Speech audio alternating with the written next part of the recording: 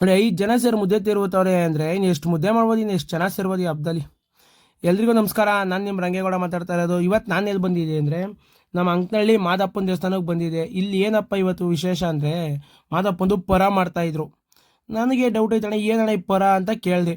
ಅವ್ರು ಹೇಳಿದ್ರು, ಅಣ್ಣ ಪರ ಅಂದರೆ ಸುತ್ತಮುತ್ತ ಗ್ರಾಮಗಳಿಂದ ಉಪದಾನ ತಂದು ಮಾದಪ್ಪನ ಸೇವೆ ಮಾಡೋದಣ್ಣ ಅಂದರು.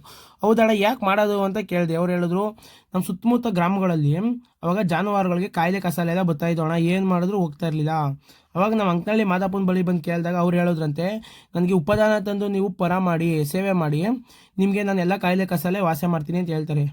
ಮಾದಪ್ಪ ಅವರು ಸೇವೆಗೆ ಒಲಿಯೋದು ಅಂತ ನಾನು ಪ್ರತಿ ವಿಡಿಯೋದಲ್ಲಿ ಹೇಳಿದ್ದೀನಿ. ಅದೇ ಥರ ಇದಕ್ಕೆ ಮಾದಪ್ಪನದೊಂದು ಸೇವೆ.